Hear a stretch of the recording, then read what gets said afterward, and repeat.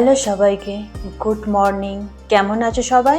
আশা করি তোমরা সবাই অনেক অনেক ভালো আছো, আর আমরাও এখানে খুব ভালো আছি। মৌসুমি গাঙ্গুলি লাইফস্টাইলের আরও একটি নতুন ব্লগে তোমাদের সবাইকে ওয়েলকাম। আজকে আমি তোমাদের সাথে যে গল্পটা করতে এসেছি সেটা হচ্ছে গণেশ চতুর্থীর দিনে আমি কি কি করলাম সেই সব গল্প। তো গণেশ চতুর্থীর শুভেচ্ছা জানিয়ে আজকের ব্লগটা আমি শুরু করছি। সকালবেলা আমি রান্নাঘরে চলে এসেছি, দেখতে পাচ্ছি একটা সুন্দর শাড়ি পরে নিয়েছি। তো এসে আগে চাটা করে গাঙ্গুলিকে চাটা দিয়ে দিলাম, কারণ এখন বাজছে ঘড়িতে সকাল 7:30। তো ওকে চাটা দিয়ে এসে আমি পায়েসটা একটা গ্যাসে বসিয়ে দিয়েছিলাম। পায়েসটা হতে হতে আলুর দম করব। তো আলুটা আমি সেদ্ধ করে নিয়েছি আগে। ঠাকুরের আজকে প্রসাদ, গণেশ ঠাকুরকে প্রসাদ হিসাবে লুচি আর আলুর দম আর পায়েস করে দেবো ঠিক করেছি। তাই জন্য আলুটা সেদ্ধ করে নিয়ে আমি একদম ঘরোয়া যে আলুর দম হয়, ওই গোটা গরম মশলা, জিরে, হিং, তেজপাতা ফোড়ন দিয়ে আলুগুলো একটু ভেজে নুন হলুদ দিয়ে, ঘরোয়া যে মশলা হয় জিরে, ধনে, শুকনো লঙ্কার গুঁড়ো, হলুদ গুঁড়ো সব কিছু দিয়ে ভালো করে কষিয়ে শেষে একটু ধনে পাতা আর মৌরি আমি একটু হালকা শুকনো খোলায় ভেজে গুঁড়ো করে আর গরম মশলা গুঁড়ো ছড়িয়ে শেষে ঘি দিয়ে নামিয়ে নিয়েছি।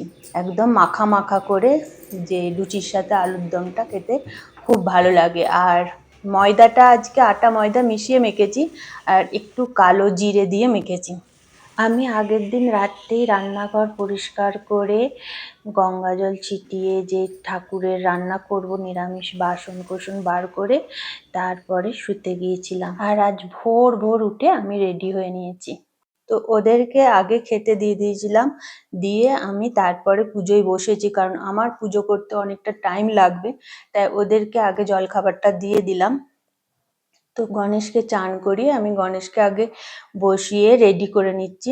পাশে আরও যেসব ঠাকুর রোজের পুজোর আছে সেগুলোও করছি। কালকে রাত্রেই সব কিছু সাজিয়ে গুছিয়ে ডেকোরেশন করে রেখেছিলাম বলেই আজকে সকালবেলা আগে আমি 9টার মধ্যে পুজোটা দিয়ে দিতে পারলাম।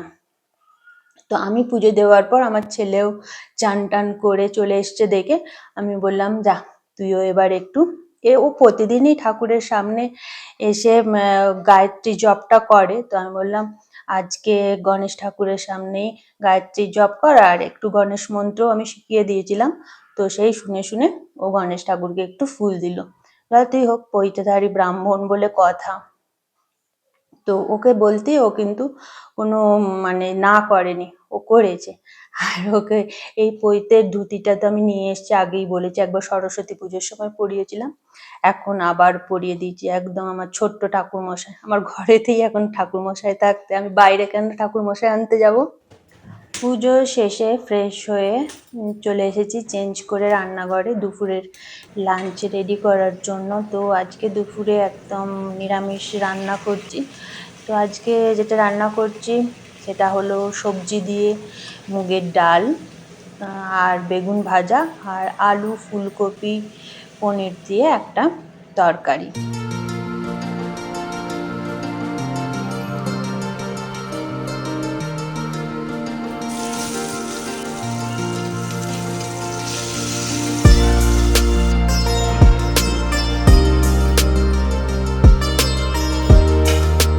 তারপর লাঞ্চ টাঞ্চ সবার হয়ে গেলে আবার তো ঠাকুরের সন্ধ্যের খাবারেরও জোগাড় করতে হবে আর কি। তো আগের থেকে আমি কি করেছি, সুজি ময়দা সমপরিমাণ নিয়ে দুধ দিয়ে গুলে ফ্রিজে রেখে দিয়েছিলাম। তো তারপরে সবার খাওয়া দাওয়ার পর আবার রান্নাঘরটা একটু পরিষ্কার করে নিয়ে আমি ঠাকুরের জন্য মালপোয়া করতে বসিয়ে দিলাম। তো মালপোয়াগুলো টপাটপ করে ভেজে নিচ্ছি। তো বেশি করিনি, অল্পই করেছিলাম।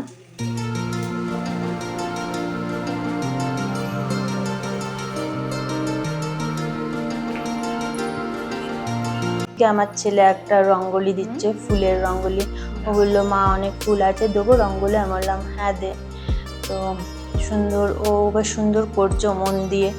তো দেখে আমার ভালো লাগলো, নিজের থেকেই এইসব করে। তো আমার মালপোয়াগুলো ভাজা হয়ে গেছে, এবার আমি একটু হাত পা মুখ ধুয়ে নেবো। এখন বাজে সন্ধ্যে 6টার মতন, আর আমি ফ্রেশ হয়ে শাড়ি পরে সাজুগুজু করে চলে এসেছি ঠাকুরের কাছে সন্ধে দেওয়ার জন্য। আর এত তাড়াতাড়ি সন্ধে দেওয়ার কারণ হলো ওর এক অফিস কলিগের বাড়িতে যাওয়ার কথা আছে, তাই একবারে সাজুগুজু করে রেডি হয়ে নিয়েছি। আর এমনিতেও আমি শাড়ি পরতে ভালোবাসি, তাই আগের থেকে ঠিক করেই রেখেছিলাম এই শাড়িটা আমি বিকালের দিকে পরবো।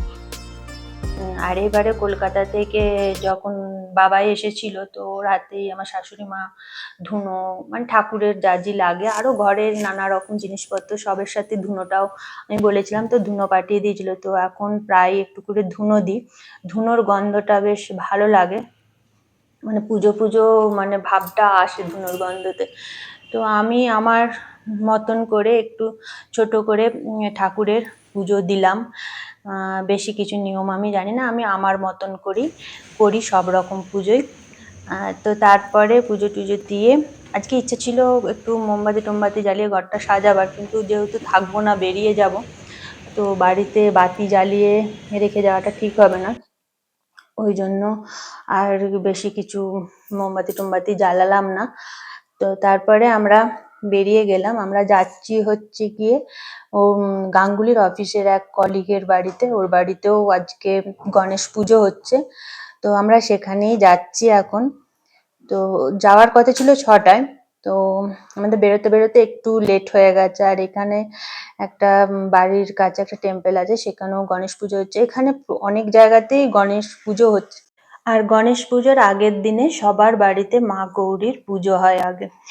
তো সেই গৌরী পুজোতে আমাদের অ্যাপার্টমেন্টের অনেকের বাড়িতেই ছিল, তো আমাকে ডেকেছিল, আমি গিয়েছিলাম। তো ওরাও ওই নারকেল, পান, সুপারি, সিঁদুর, হলুদ এইসব দেয় আর কি। ওদের নিয়ম এটা। আর গণেশ পুজো সবার বাড়িতে না হলেও মা গৌরীর পুজোটা সবার বাড়িতে হবেই। ওর কলিগের বাড়িতে এসে আজকে আমি আমার ছেলের এক নতুন রূপ দেখলাম, যেটা আমি নিজেও জানতাম না।